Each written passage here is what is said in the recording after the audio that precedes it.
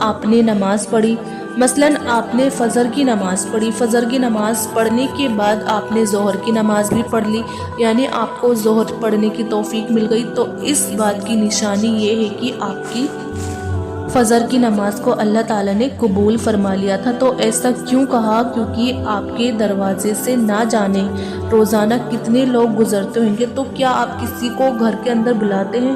نہیں نا، یعنی آپ جن سے محبت کرتے ہیں، جو اپنے خاص ہیں، ان کو بلاتے ہیں۔ اگر کوئی ایک بار آپ کے گھر آ گیا اور آپ کو اگر اس کا آنا بہت زیادہ اچھا لگا، پھر آپ اسے پھر سے انوائٹ کرو گے تو کہ بھائی آ جاؤ، آپ تھوڑی دیر بیٹھو، ہم بات کرتے ہیں، گفتگو کرتے ہیں، یعنی جب کسی انسان کا آپ کو کوئی کام اچھا لگتا ہے یا اس کا رویہ آپ کو اچھا لگتا ہے تو آپ اسے بار بار اپنے پاس بٹھانا چاہتے ہیں، اس سے بات کرنا چاہتے ہیں۔ اسی طرح سے جب اللہ تعالیٰ کسی کی نماز کو قبول فرما لیتا ہے نا، تو پھر اگلی نماز کی اس کو توفیق عطا فرما دیتا ہے اللہ تعالیٰ، وہ اگلی نماز بھی پڑھ لیتا ہے جب اللہ اسے پڑھنے کی توفیق دیتا ہے۔ تو یہ نشانی ہوتی ہے کہ پچھلی نماز کو اللہ تعالیٰ نے قبول فرما لیا، اور اگر ہمیں نماز پڑھنے کا وقت نہیں مل رہا تو ہم یہ نہ سوچے کہ ہمیں وقت نہیں ملا اس لیے ہم نے نماز نہیں پڑھی، بلکہ یہ سوچا کرے کہ ہم کتنے بڑے گناہگار ہیں کہ اللہ تعالیٰ نے ہمیں اپنے سامنے کھڑا ہی نہیں کرنا پسند کرا۔ اللہ نے ہمیں اپنے سامنے کھڑا کرنا بھی پسند نہیں سمجھا۔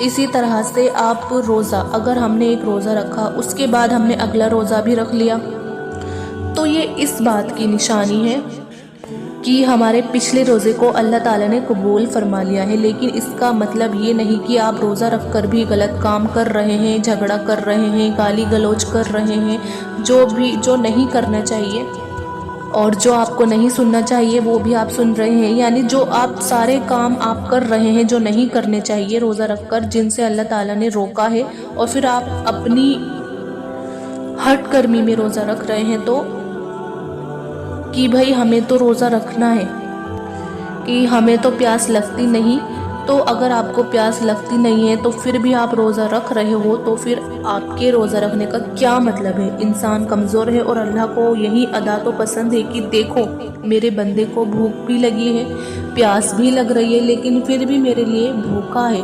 انسان افطار کرنے کے لیے بیٹھتا ہے، اور جیسے ہی اذان ہوتی ہے اور اذان ہونے سے پہلے اللہ فرشتوں سے فرماتا ہے کہ دیکھو میرے بندے کے سامنے کھانا رکھا ہے، پانی بھی رکھا ہے، دیکھو اسے کوئی انسان دیکھ بھی نہیں رہا، وہ تنہائی میں ہے، اے فرشتوں اس کو بھوک لگی ہے، کھانا بھی اس کے سامنے ہے، لیکن وہ کھانا کیوں نہیں کھا رہا ہے؟ تو فرشتے جواب میں کہتے ہیں کہ مولا اس کو تیری محبت نے روک رکھا ہے۔ اللہ تعالیٰ اپنے فرشتوں سے فرماتے ہیں کہ اس کے سامنے پانی رکھا ہے، پانی کیوں نہیں پیتا؟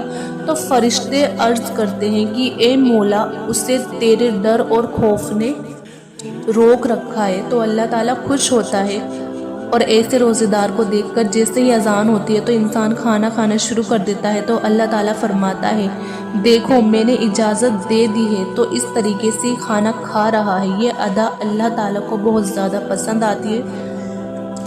تو اللہ تعالیٰ جب کسی انسان کا روزہ قبول فرما لیتا ہے تو اس کو ذہنی سکون ملتا ہے، دل میں تقویت حاصل ہوتی ہے،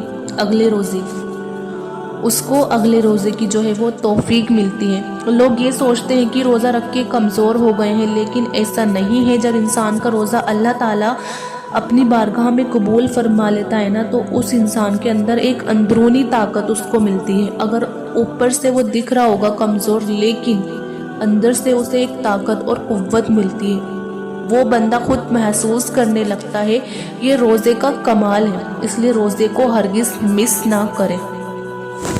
آپ صلی اللہ علیہ وسلم نے ارشاد فرمایا جس نے ایک روزہ بغیر بیماری یا بغیر مجبوری کے چھوڑ دیا نا، تو پھر ساری زندگی بھر بھی اگر وہ روزہ رکھے نا تو اس کا پورا حق ادا نہیں ہو سکتا۔ آپ صلی اللہ تعالیٰ علیہ وسلم نے فرمایا کہ روزے دار قیامت کے دن عرش کے سائے کے نیچے کھاتا پیتا مسکراتا ہوگا، وہ روزے دار حساب کتاب میں مبتلا ہوگا، اور ہم یہ امیدیں کرتے ہیں کہ آپ بھی پورے روزے رکھیں۔ تو بس آج کی ویڈیو اتنی ہی. مجھے امید ہے کہ آپ کو یہ ویڈیو ضرور پسند آئی ہوگی. آپ اس ویڈیو کو زیادہ سے زیادہ شیئر کریے ثواب کی نیت سے، اور ویڈیو کو لائک بھی کریے، اور میرے چینل عظمیٰ خان اسلامک چینل کو ضرور سبسکرائب کریے. ملتے ہیں پھر نیکسٹ ویڈیو میں. جب تک اپنا خیال رکھیے گا. اللہ حافظ.